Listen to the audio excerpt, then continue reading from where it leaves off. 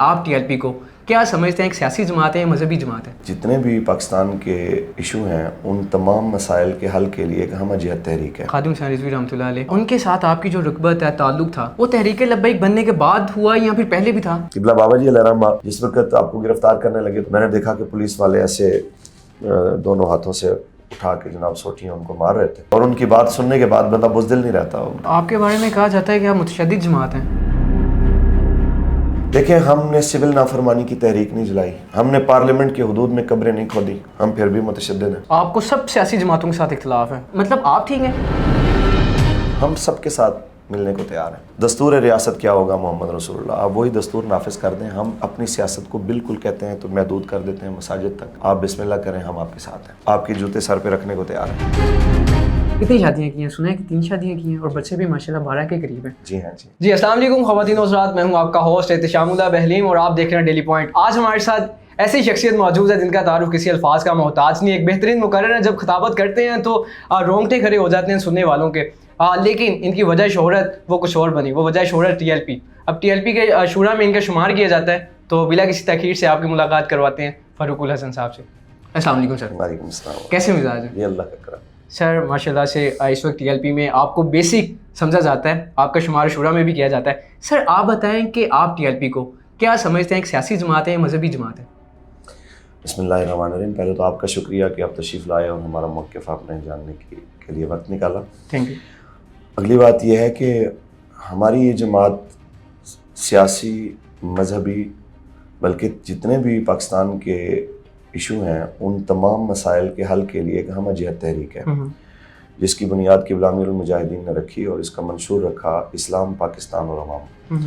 لہٰذا آپ اس کو صرف سیاسی یا صرف مذہبی ایک جماعت کے طور پہ نہیں کہہ سکتے، بلکہ پاکستان کے کیا عالم اسلام کے تمام مسائل کے حل کے طور پہ اس کو بنایا گیا ہے۔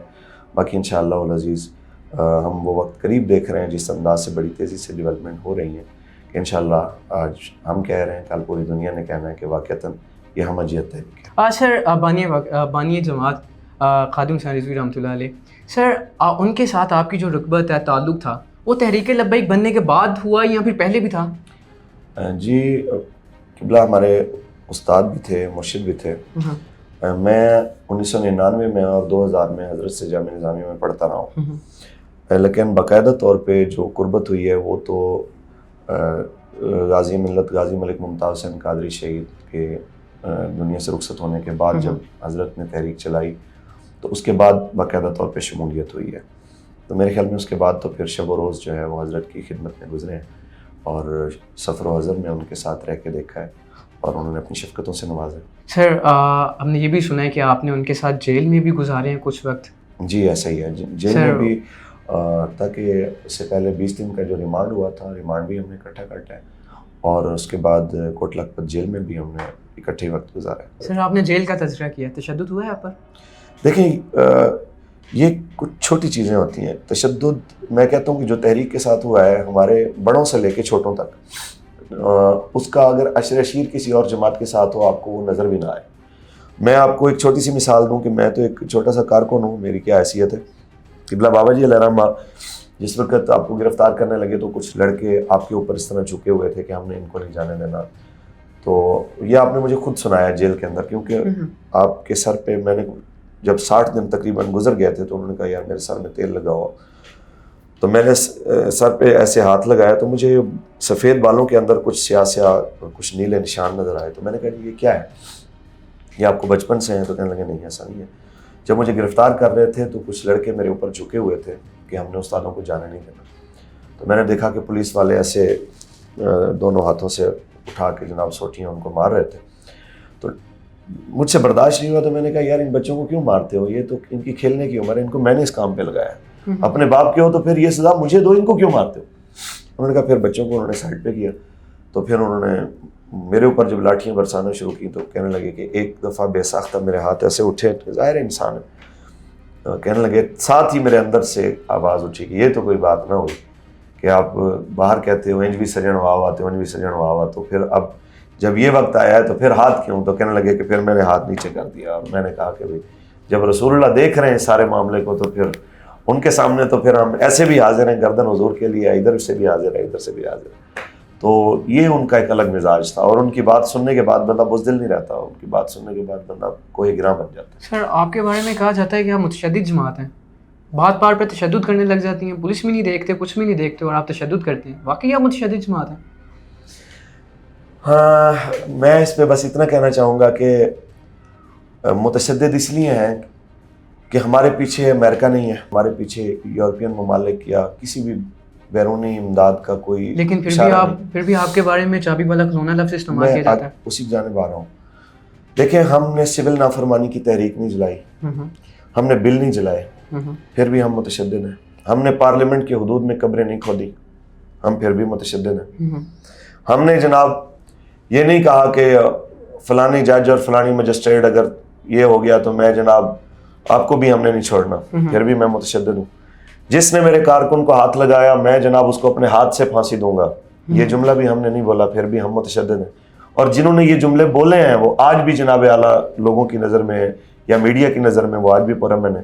اور جن لوگوں نے اپنے گھر کی چھت سے اسٹریٹ فائر کیا ہے اور پولیس والے کی جناب ماڈل ٹاؤن لاہور میں ڈیتھ ہوئی ہے، وہ متشدد نہیں ہے، متشدد میں ہوں، چونکہ میرے ہاں سے کوئی ایک سنگل راؤنڈ اور ایک پسٹل بھی برآمد نہیں ہوا۔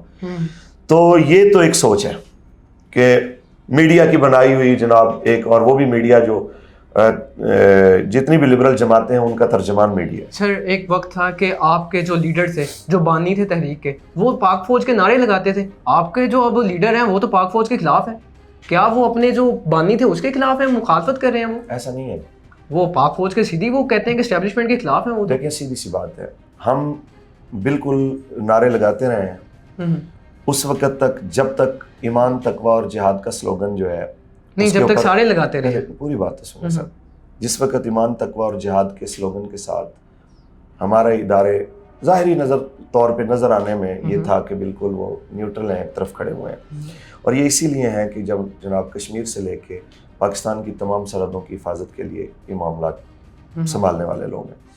لیکن جب ہم نے اپنی آنکھوں سے دیکھا کہ 5 اگست 2019 جب سقوط کشمیر ہوتا ہے، اس وقت سے لے کے آج تک ایک سنگل گولی بھی کشمیر کی رہائی کے لیے نہیں چلتی۔ ہم نے اس کے بعد توجہ دلاؤ بہت ساری باتیں کی ہیں، ہم اب بھی ان کے نعرے لگانے کے لیے تیار ہیں، لیکن اس کے بعد سے جب ہماری توجہ دلانے کے اوپر بھی باقاعدہ طور پہ کوئی کشمیر کی آزادی کے لیے جہاد کا اعلان نہیں ہوا، تب ہم نے نعرے لگانے بند کر دیے۔ آپ کو سب سیاسی جماعتوں کے ساتھ اختلاف ہے، آپ کو PMLN کے ساتھ اختلاف ہے، PTI کے ساتھ آپ کو اختلاف ہے، ڈاکٹر طاہر القادری اسلامی کے ہیں اسکالر، ان کے ساتھ بھی آپ کو اختلاف ہے، اس کے بعد مولانا صاحب، آپ کو سب کے ساتھ اختلاف ہے۔ کیا مطلب آپ ٹھیک ہیں؟ سارے کوئی نہ کوئی سب میں غلطی ہیں؟ ایسا مسئلہ نہیں ہے، اختلاف کی نوعیت الگ الگ ہوتی ہے۔ صحیح ہے۔ ہم کہتے ہیں کہ ابھی ریسنٹلی خان صاحب کے طبقے کے لوگ بھی ہمارے پاس آئے تھے کہ بھی ہمارے ساتھ آپ سیٹ ایڈجسٹمنٹ کی بات کریں، ہمارے ساتھ بیٹھیں۔ PDM کے لوگ بھی آتے رہتے ہیں گاہے بگاہے، تو ہمارا ان کے آگے ایک سمپل سا فارمولہ ہے، میں آپ کو وہ بتا دیتا ہوں تاکہ یہ کوئی ابہام نہ رہے کہ جو کہتے ہیں نا یہ کسی کے ساتھ ملنا ہی نہیں چاہتے۔ ہم سب کے ساتھ ملنے کو تیار ہیں، صحیح ہے، یہاں تک کہنے کو تیار ہیں کہ اگر آپ یہ چیزیں آپ کو لگتا ہے، اور یہ پاکستان کی اساس ہے کہ پاکستان کا مطلب کیا، لا الہ الا اللہ، دستور ریاست کیا ہوگا، محمد رسول اللہ، آپ وہی دستور نافذ کر دیں۔ ہم اپنی سیاست کو بالکل کہتے ہیں تو محدود کر دیتے ہیں مساجد تک، آپ بسم اللہ کریں، ہم آپ کے ساتھ ہیں، آپ کے جوتے سر پہ رکھنے کو تیار ہیں۔ لیکن کیا ہے اس میں کہ ناموس رسالت کا معاملہ ہو تو اس میں آپ کو ویسے ہی رد عمل دینا چاہیے جو اس کا حق ہے اور اس کا تقاضا ہے۔ صحیح ہے کہ حضور کی عزت پہ حملہ ہو اور آپ کی زبان بھی نہ ہلے، یہ کوئی عشق رسول نہیں۔ ختم نبوت پہ حملہ ہو، مسجد نو کے سپیکر اترے جو پچھلے نون لیگ کے دور میں اترے ہیں، اور آپ اسمبلی میں بیٹھے رہیں اور آپ کی زبان تک نہ ہلے، تو یہ کوئی عشق رسول نہیں ہے۔ ہم کہتے ہیں کہ آپ وہ کام کریں کہ جو آپ کے لہجے اور آپ کے رویے سے نظر آئے کہ واقعی عاشق رسولوں کا کام ہے۔ سر آپ کی پرسنل لائف کی طرف سے کچھ 2-3 سوالات ہیں۔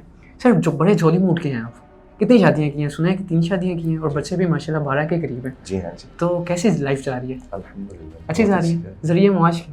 ذریعہ معاش میں خطیب ہوں، اچھا، بیانات کرتا ہوں، اس کے علاوہ میرا جناب پراپرٹی کا کام کرتا ہوں۔ سر اچھے خاصے خطابت میں اچھے خاصے پیسے ہیں؟ جی، خطابت میں تو ہم خدمت سمجھ کے کرتے ہیں، اللہ کی رضا کے لیے جاتے ہیں، اور لوگ اپنی مرضی سے جو ہے وہ